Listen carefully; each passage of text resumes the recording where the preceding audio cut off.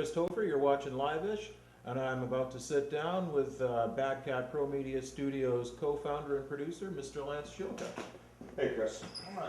Lance, good to see you. Good to see you, buddy. So, how long have you been set up here? What brings you up? What got you up here? It seems like forever, but it's only been a few months. Well, Newton and I, you talked to Newton earlier there. I did. We kind of got together, we're going to do a recording project and realized that the room in my house just wasn't going to cut it. So we said, well, let's get a place to record.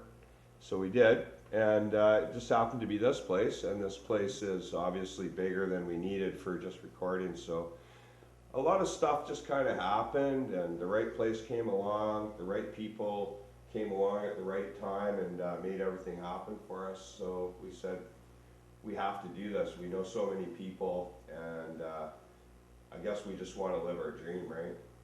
Well, you got the means to do that now, and it all just fell together. It really kind of did, yeah.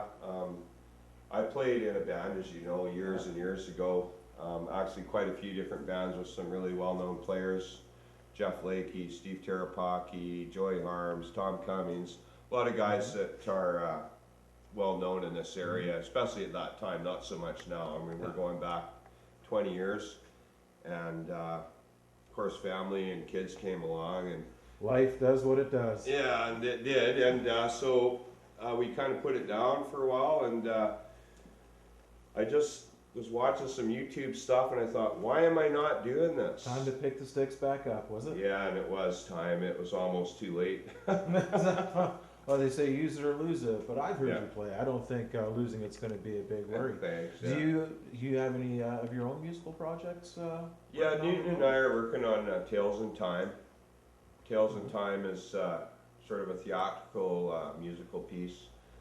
You could call it a lot of different genres of music, prog rock, rock, easy rock, some classical sort of influences in certain pieces, and it's a big undertaking, but we feel like with the way things are going with BadCat and MNet now with the MNet Arts Club, that we're meeting all the right people, and we're going to be able to fill in the blanks that we can't do ourselves, because we can't do all of this ourselves. You got to have the right team behind you. That's right. And you've got a pretty good team. How did you go about building your team?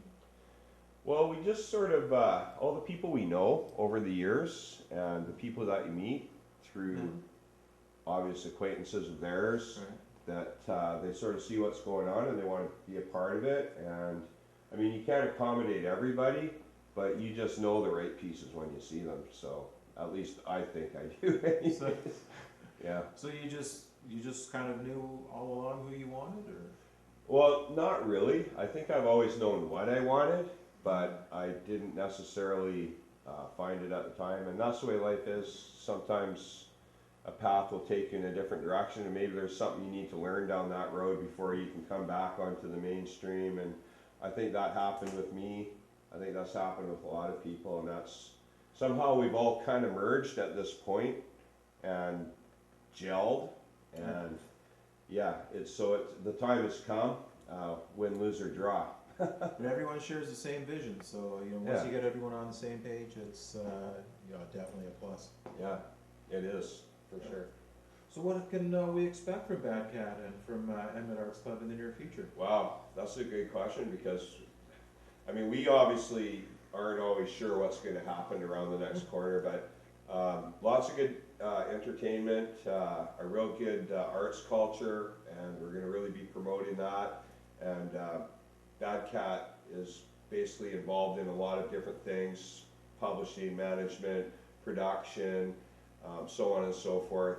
And what we want to do is give emerging talent a place in which to develop the craft and to have a medium in which to present it to an audience, and hopefully find a larger audience for them. That would be ideal. Help the kids get a leg up. Yeah, not always kids either. Well, that's true. I kind of include myself in that, right? Well, musicians now, it's not easy to go for musicians now, so you kind of really need to kind of help each other and look out for each other more, I think. I think the more you do, the better off, yeah, I mean, it's a co-op, if you will, right? I hate to use that word, so generic, but I think there's a lot of benefits in the cooperative, you know, relationships between all the industry people and wannabe industry people, because we all started somewhere. Yes, we did. Yeah, indeed. Well, thank you very much, Lance Schilka. This is Thanks, Chris Chris. Topher. You're watching LIVEish on video, and we will see you again very soon.